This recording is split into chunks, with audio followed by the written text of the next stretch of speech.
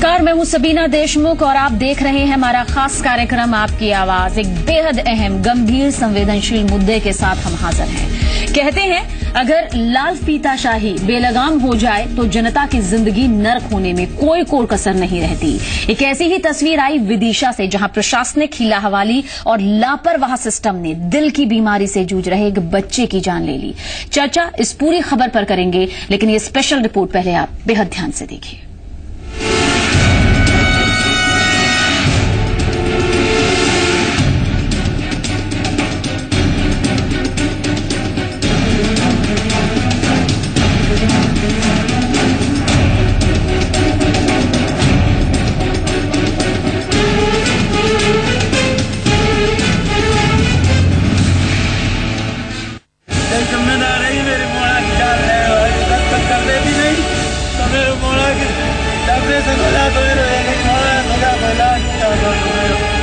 विदिशा जिला अस्पताल में दहाड़ मारकर रो रहे इस बाप की बेबसी को देखिए मौत के आगोश में समा चुके इस बचपन की तस्वीर। देखिए प्रशासनिक पाप की बलि चढ़े इस बच्चे की चीखों को खामोश करती पुलिस, और देखिए हुकूमत की ये बेशर्म दलीलें जो झुलस चुकी जिंदगी के जख्म पर नमक डालने का काम कर रही हैं।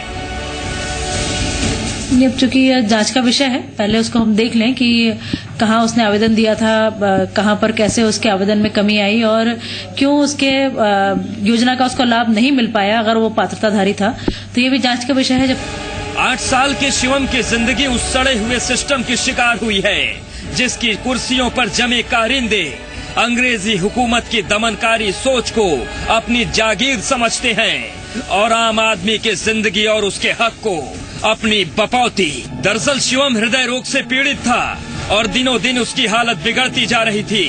बीते 5 सालों में शुभाराम अपने बेटे को मुख्यमंत्री बाल हृदय उपचार योजना का फायदा दिलवाने के लिए चक्कर काट रहे थे, जिसमें 14 साल तक के बच्चों का मुफ्त इलाज होता है।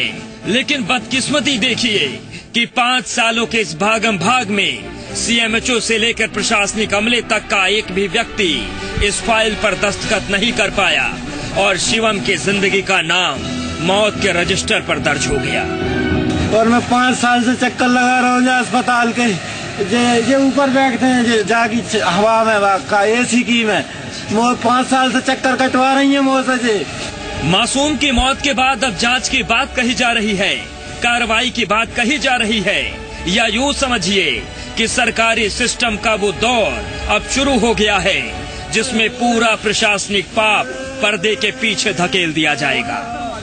जब भी हमारे पास इस तरह के आवेदन प्राप्त होते हैं, हम अस्पताल से इसको वेरिफिकेशन कराकर और राज्य को भेज देते हैं और वहां से जैसे ही राशि आती है हम सीधे अस्पतालों को दे देते हैं। परंतु इस प्रकरण में कहाँ विलंब हुआ, ये निश्चित रूप से बहुत खोज का विषय है और हम इस पर तत्काल कार्रवाई करें। मोड़ा का ऑपरेशन हो जाए तो भोपाल में LBS हॉस्पिटल वाले ने रिपोर्ट बना के दी थी। और विदिशा से सामने आई ये तस्वीरें, ये चीखें गवाह है उस बदहाली की जिसमें सरकार की हर योजना धूल चाटती नजर आ रही है। दावे तो बड़े बड़े हैं, लेकिन अफसरों का दमघोटू रवैया रोजाना ना जाने कितने शिवमों की जान ले रहा है। ऐसे में सवाल ये उठता है कि क्या मध्य प्रदेश में नौकरशाही पूरी तरीके से बेलगाम हो चुकी है? सरकार के आदेश और योजनाओं को अधिकारी गंभीरता से नहीं लेते। सवाल ये भी उठता है कि आखिर शिवम की मौत के जिम्मेदार अधिकारियों पर क्या मामला दर्ज किया जाएगा? क्या कथित जांच महज दिखावा भर है? और ऐसे कितने मामलों में अधिकारियों पर पहले कार्रवाई हुई है? और सवाल ये भी बनता है, क्या मौजूदा व्यवस्था की असंवेदनशीलता आम आदमी के हक में है? जिम्मेदार है मेरे मोड़ा की जान ले दस्तखत कर देती नहीं तो मेरे मोड़ा की। अमित श्रीवास्तव, जी मीडिया, विदिशा। किसी का भी दिल पसीज जाए इस रिपोर्ट को देखकर, भावनाएं सामने आ जाए, लेकिन अफसोस उन अधिकारियों का दिल नहीं पसीजा जिनकी वजह से शिवम ने अपनी जान गंवा दी। दिल की बीमारी से वो जूझ रहा था। एक बेहद खास पैनल हमारे साथ मौजूद है इस गंभीर विषय पर, इस संवेदनशील विषय पर चर्चा करने के लिए। राकेश शर्मा जी मौजूद हैं, आप प्रवक्ता हैं बीजेपी, साथ ही कांग्रेस प्रवक्ता पंकज चतुर्वेदी जी भी हमारे साथ मौजूद है और डॉक्टर एसके सक्सेना हमारे साथ मौजूद हैं, आप पूर्व सिविल सर्जन हैं। आप सभी का स्वागत है। राकेश शर्मा जी, आपकी सत्ता है, आप जनता ने आपको चुना है एक प्रतिनिधि के तौर पर, लेकिन आपको नहीं लगता कि जितनी कोशिशें की जाती हैं, अगर सिस्टम की तरफ से हम कहें कि अगर 14 साल के बच्चों को मुफ्त इलाज मिलेगा, क्या सिर्फ कह देने भर से होगा? ये देखना सरकार की जिम्मेदारी नहीं है कि आखिर अधिकारी जो हैं आपके दिशा निर्देशों पर चल भी रहे हैं या नहीं, या फिर यूं ही जान जाती रहेंगी ऐसी बच्चों की? सबीना जी, जो विदिशा में शिवम की मौत हुई है वो बड़ी दुखद बात है। मैं एक बात कहना चाहता हूं कि आज माननीय नरोत्तम मिश्रा जी ने एक जांच कमेटी बनाई है और माननीय मंत्री जी ने स्पष्ट रूप से कहा है कि कितना भी बड़ा अधिकारी उसमें दोषी होगा उसके खिलाफ सख्त कार्रवाई की जाएगी। शबीना जी, मैं मध्य प्रदेश सरकार की तारीफ नहीं कर रहा, मैं मध्य प्रदेश सरकार का पक्ष नहीं रख रहा, पर एक बात ये देखने में आएगी कि मुख्यमंत्री राहत कोष से लाखों लोगों को इलाज मिला है और उनका इलाज हो रहा है। माननीय मुख्यमंत्री के पास जैसे ही आवेदन जाता है और खासकर हृदय रोग से संबंधित मामला हो या कैंसर से संबंधित मामला हो, उसको प्राथमिकता में रखते हुए उस आवेदन को तुरंत स्वीकृत किया जाता है और तुरंत पैसे उपलब्ध कराए जाते हैं। मैं एक बात कहना चाहता हूं सबीना जी, ये एक दुखद पहलू है कि वो जो शिवम के पिता हैं वो हॉस्पिटल के चक्कर लगाते रहे। माननीय मुख्यमंत्री जी विदिशा मुझको लगता है कि महीने में एक बार जाते हैं, वो अगर मुख्यमंत्री जी से संपर्क करता, आवेदन मुख्यमंत्री को देता, यानी आप मानते हैं कि आपके जो अधिकारी हैं इस लायक ही नहीं है कि अगर उन तक कोई बात पहुंचे तो वो उनकी बात सुनेंगे? क्या बात कर रहे हैं सर आप? वो अपने बच्चे को लेकर 5 साल तक दर दर की ठोकरें खाता रहा, वो कहां सिस्टम के इन पहलू को समझेगा? उसे तो बस ये मालूम था कि 14 साल के जो बच्चे हैं उनका मुफ्त इलाज कराया जाता है, वो बस इसी उम्मीद में था सर। वो अधिकारियों के इस तौर तरीकों को अगर जानता तो शायद अपना बच्चा कभी नहीं खोता। ठीक है, हमारे साथ पंकज चतुर्वेदी जी भी है। पंकज जी, जैसा कि यहाँ पर राकेश शर्मा जी कह रहे हैं कि तमाम बच्चों को यहाँ पर लाभ मिलता है, तो क्या इन तमाम बच्चों को जो लाभ मिल जाता है उसमें शिवम का केस पीछे दब जाना चाहिए? देखिए शबीना जी, मुझे लगता है कि जो पूरा मामला है मध्य प्रदेश में जो प्रशासनिक अराजकता है, जो ब्यूरोक्रेसी की लापरवाही, उसको एक बार फिर उजागर करता है। मैं एक बार फिर शब्द का प्रयोग कर रहा हूं क्योंकि मध्य प्रदेश में इस प्रकार के उदाहरण नए नहीं है, तमाम सारे उदाहरण हैं और हमारे मुख्यमंत्री जी स्वयं कहते हैं कि मैं डंडा लेकर निकला हूं, एक एक को ठीक कर दूंगा। मतलब स्थिति इतनी भयावह है कि मुख्यमंत्री को ब्यूरोक्रेसी को दुरुस्त करने के लिए डंडा लेकर चलने की बात करनी पड़ती है। पर मुझे लगता है कि जिस प्रकरण पर आज हम चर्चा करें, निश्चित तौर पर बहुत दुखद घटना है कि मुख्यमंत्री की सरकारी योजना होने के बाद भी कोई पात्र व्यक्ति सिर्फ अफसरों की लापरवाही के चलते यदि उस योजना का लाभ नहीं ले पाता तो ऐसे अफसरों को पद पर रहने का अधिकार नहीं, वो कोई भी क्यों ना हो। और स्वास्थ्य मंत्री जी ने जांच कमेटी बनाई है, पर मुझे लगता है कि ऐसी तमाम प्रकार की जांच कमेटियां सबीना जी मध्य प्रदेश में बनती हैं, चाहे बड़वानी का मामला हो, श्योपुर आंख के हादसे का मामला हो, पर किसी को हमने आज तक दंडित होते नहीं देखा। तो सरकार से आग्रह बहुत साफ है कि ये कांग्रेस और बीजेपी का विषय नहीं है, ये मध्य प्रदेश के आम आदमी का विषय है। और जिन लोगों की लापरवाही से 5 साल तक शिवम के पिता शोभाराम जी को भटकना पड़ा और अंततोगत्वा उस बालक की जान चली गई जबकि उसको पात्रता थी उपचार की, तो ऐसे मामले में किसी न किसी स्तर पर तो सरकार को, शिवराज जी की सरकार को कड़े कदम उठाने पड़ेंगे।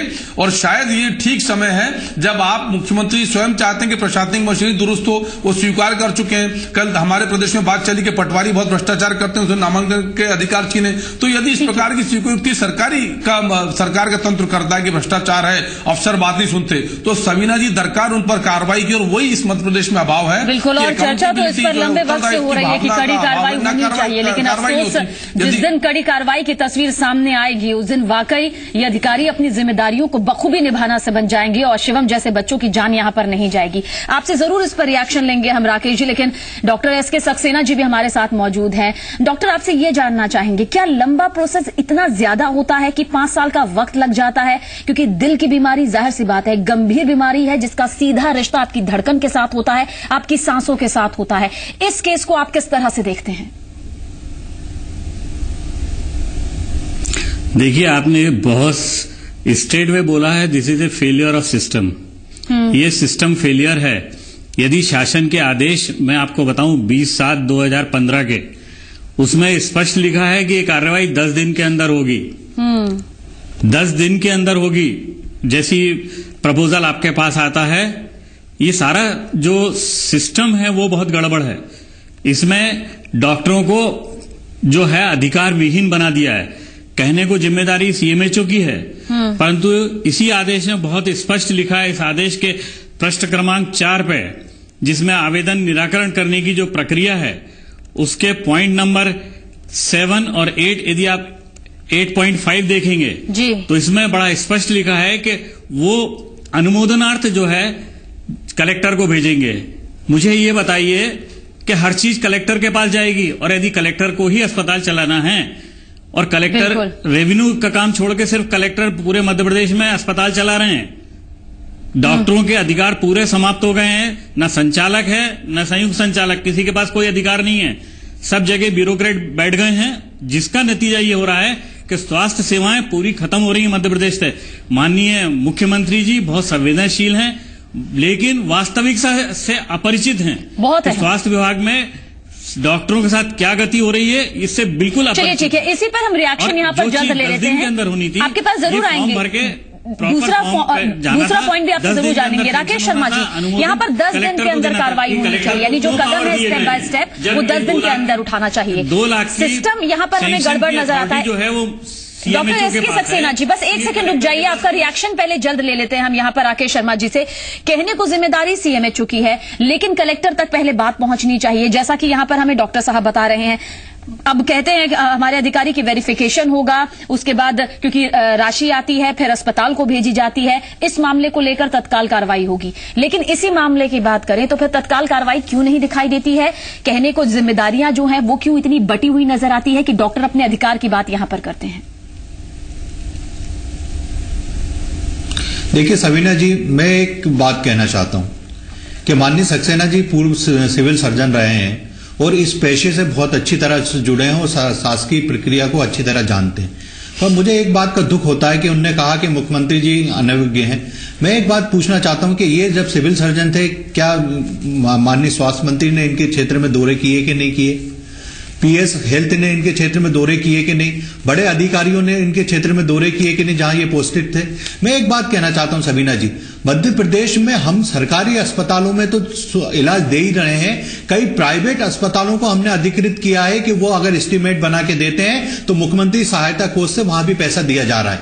मध्य प्रदेश में हम चाहते हैं, ये जो सरकार है ये आम लोगों की सरकार है, गरीबों की सरकार है और किसानों की सरकार है, और हम जवाबदारी से कह रहे हैं कि इन लोगों को किसी तरह की तकलीफ नहीं होने देंगे। मुख्यमंत्री साहब भी चाहते हैं, सिस्टम भी चाहता है, लेकिन आपके अधिकारी नहीं चाह रहे, यही तो बात यहां पर आ रही है। पंकज जी, क्या कुछ आप कह रहे हैं?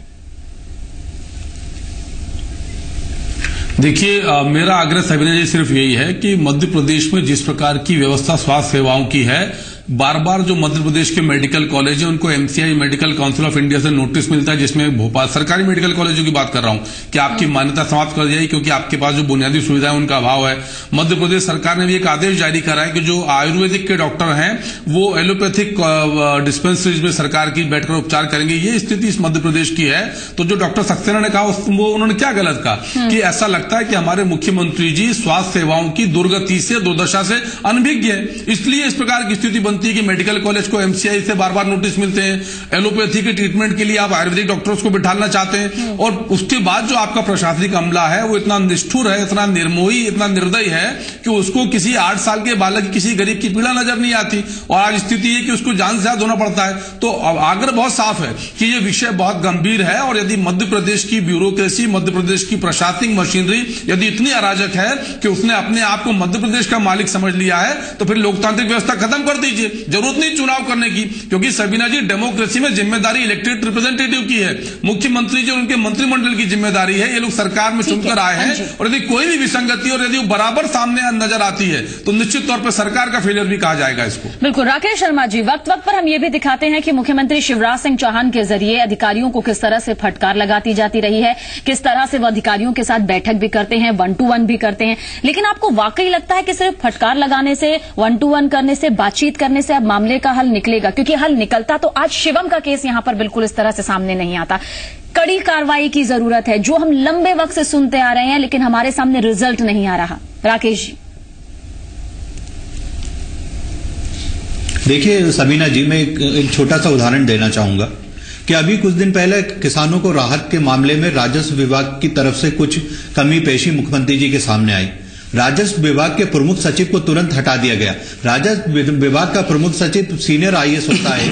जब सीनियर आईएएस पे कार्रवाई की, अभी मालपानी जी का टेप कांड सामने आया, सीनियर आईएएस अधिकारी हैं, उनको तुरंत उनके खिलाफ सख्त कार्रवाई की गई। उससे पहले आईएफएस श्रीवास्तव के खिलाफ कार्रवाई की गई। उससे पहले 2-3 अभी कलेक्टरों को हटाया गया। सरकार सख्त से सख्त कदम उठा रही है कि जनता को कोई किसी तरह की तकलीफ ना हो। मैं एक बात कहना चाहता हूं, भाई पंकज चतुर्वेदी जी इतने जोर शोर से सरकार की तरफ उंगली उठा रहे हैं, स्वास्थ्य व्यवस्था की तरफ उंगली उठा रहे हैं। इनके जो नेता प्रतिपक्ष हैं, जब वो बीमार होते हैं तो सरकारी अस्पताल में जाके इलाज करवाते हैं। पंकज जी नहीं जाते होंगे, पंकज जी को ये अच्छी नहीं लगती वो व्यवस्था, पर इनके नेता प्रतिपक्ष जेपी अस्पताल में जाके अपना इलाज करवाते हैं। दूसरी बात मैं कहना चाहता हूं, मध्य प्रदेश का चीफ सेक्रेटरी अगर अपनी जांचें करवाता है तो वो सरकारी अस्पताल में जाके करवाता है। मैं एक और बात कहना चाहता हूं, सरकारी तरफ रुख करते हैं। इसी मामले से हमारे पास आ रही है, जहां पर इस मामले को लेकर अब जांच के आदेश दिए गए हैं। जी मध्य प्रदेश छत्तीसगढ़ की खबर का असर हुआ है। लगातार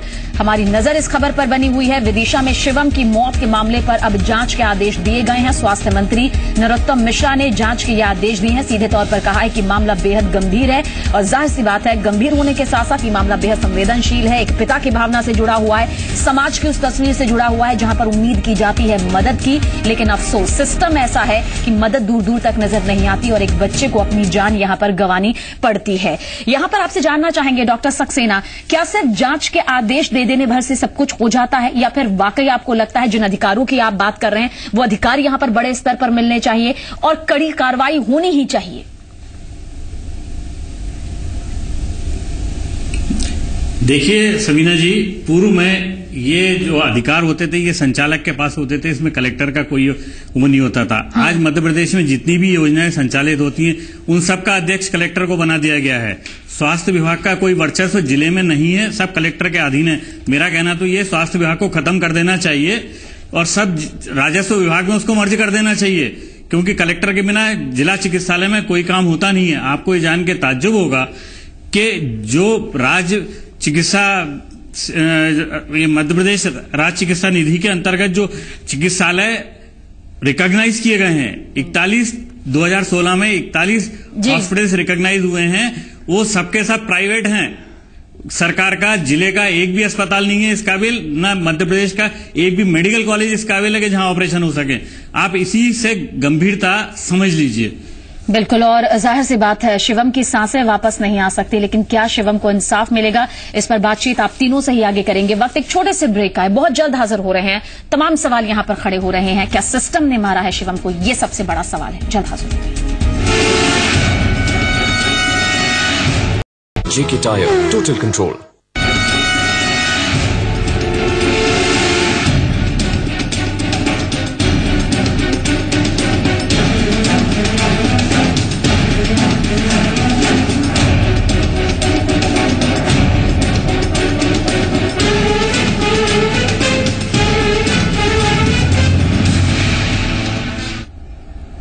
एक पिता रोता रहा, गिड़गिड़ाता रहा, उसके आंसू थमने का नाम नहीं ले रहे थे। उसने अपना बच्चा खोया था, वो बच्चा जिसके लिए वो सिस्टम के चक्कर पिछले 5 साल से लगा रहा था, लेकिन अफसोस किसी ने उसकी तरफ ध्यान नहीं दिया, सिर्फ अनदेखी होती रही। सिर्फ एक हस्ताक्षर अगर वो हो जाते तो आज जिस पिता की आंखों में आंसू हैं उसके चेहरे पर मुस्कान होती और वो 100 दुआएं यहां पर दे रहा होता।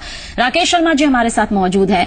राकेश जी, हम बार बार सिस्टम का नाम इसलिए ले रहे हैं क्योंकि जब कुछ अच्छा होता है तो भी सिस्टम की तारीफ की जाती है, हम सिस्टम की पीठ थपथपाते हैं, लेकिन जाहिर सी बात है हम शिवम के पिता को ये नहीं कह सकते कि आप देखिए मुख्यमंत्री राहत कोष से कई सारे बच्चों का भला हुआ है, कई बहुत सारी अच्छी चीजें हुई हैं। ये केस क्योंकि उस पिता की नजर से देखना होगा जिसने अपना बच्चा खोया है। अब जांच के आदेश दे दिए गए हैं, लेकिन वाकई आपको लगता है कि जांच पूरी हो पाएगी और ये खबर आएगी कि दोषी को कड़ी सजा मिली है?